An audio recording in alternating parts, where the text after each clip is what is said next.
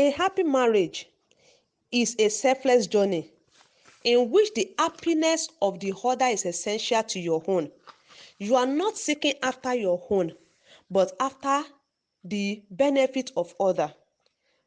The opinion of the other person must be essential, must be paramount to you. And love is not about how much you say I love you, but how much you can prove that it is true. Real love is not about how much, the number of times you say it, but how many times, how much can you prove that truly this love is true? So many of us don't have a good example of marriages around us. And that is why God is reaching out to us tonight. We are not getting married and having children to increase the population of Nigeria, but to give birth to children who are kingdom arrows, who will fight the kingdom of the devil. That is the kind of home God is expecting of us.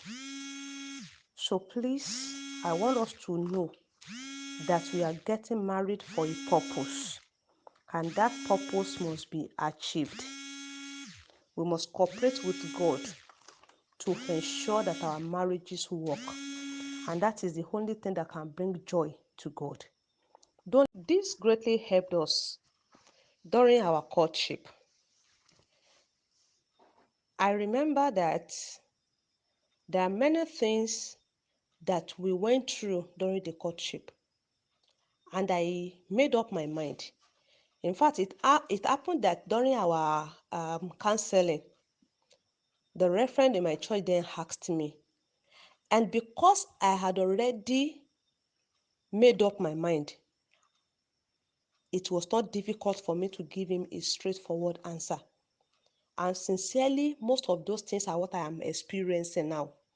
And each time I come in contact with that, I remembered what I had said years back. And I said, God, you just have to help me. You just have to strengthen me. I remember recently I was telling my husband, I said, it is too late to go back. Why? Because I had made up my mind. I had prepared and I had planned ahead of time. When you are having issues with in-laws, it will not bother you because you have already settled that in your heart. And you know that you are not the only one going through that. God is going with you. And that is another point of allowing God to choose for us. Don't choose by sight. Don't choose by stature.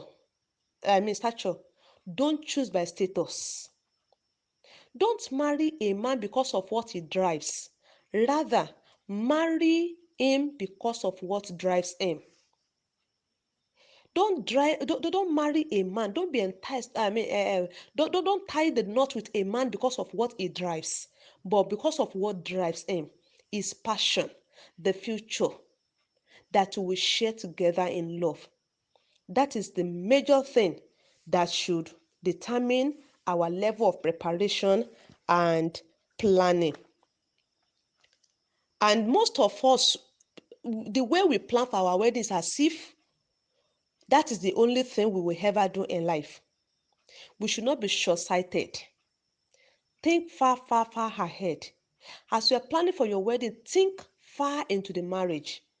There is a topic we have treated like that in Italian Foundation: wedding or marriage. Which one should we prepare for? A lot of people lavish all their earnings on wedding, just one day ceremony. When people will want to greet you, they will not say ẹ ṣeun àná. They will only tell you ẹ kú ìnáwó àná. You get it? Do according to your own level. You are not impressing anybody you know. The wedding itself is just for one day. The marital journey begins just after the wedding, and nobody will journey it with you. It is between you, your husband, and God, if you allow him to be a major factor in that marriage. So you need to draw hard plans. We concluded when we were courting, how many children are we going to have? What method of teaching are we going to apply to them? How do we do with our finances?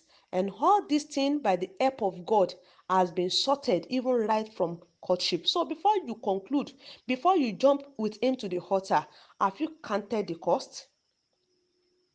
Are they things that you can bear? All the habits, the attitude is displaying now. Can you cope with all those things after wedding when the marital journey eventually starts?